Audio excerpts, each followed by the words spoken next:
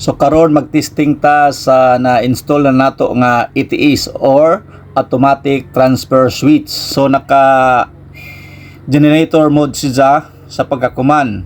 So halimbawa ibalik nato musiga na ang kuryente.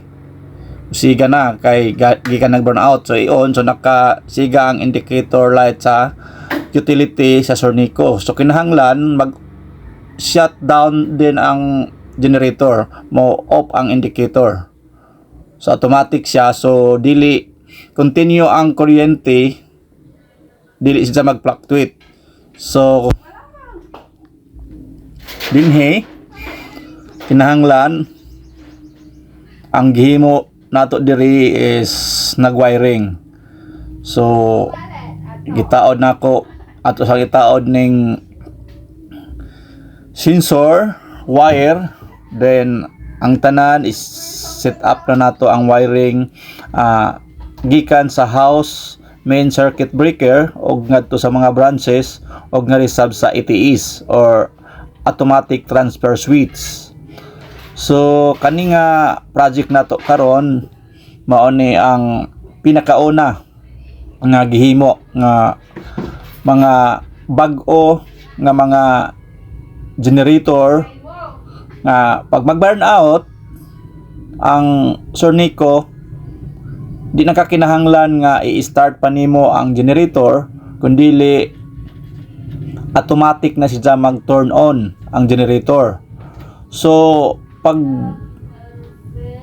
may generator mode na, so halimbawa kung mobalik ang kuryente sa Sornico, so di na pod siya mag-fluctuate, di na pod nimo kinahanglan na i-off pa nimo ang generator kay gumikan sa gitaod nato nga ETS or automatic transfer switch, automatic na ang generator mag-off. So pag mag-burn out pod, automatic na pod ang generator mag-turn on. So kani ang pinaka maayo nga sa pagkakaroon na halimbawa dinhi sa ato area sa mainit sige nag-burn out.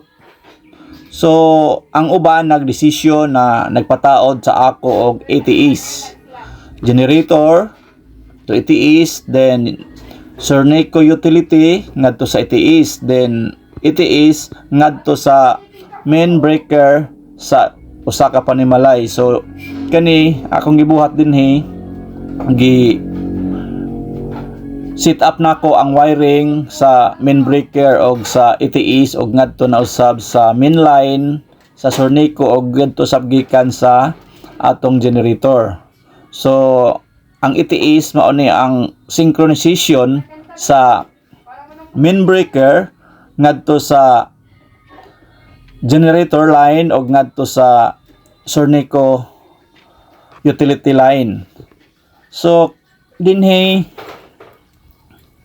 gipadayon nako ay para matisting na nato pagkataod-taod. So mao na ni nahuman na nato pag set up og na wiring na nato, na plastaran nato ang wiring. So ready to use na ni. So taod-taod na lang ni i-manage ng mga wiring na maplastar. So dinhi human ako ibalik na nako ang cover kay para matisting nato. So atong balikan ang generator na kinahanglan nag-under siya o naka power on. So naka power on ang generator.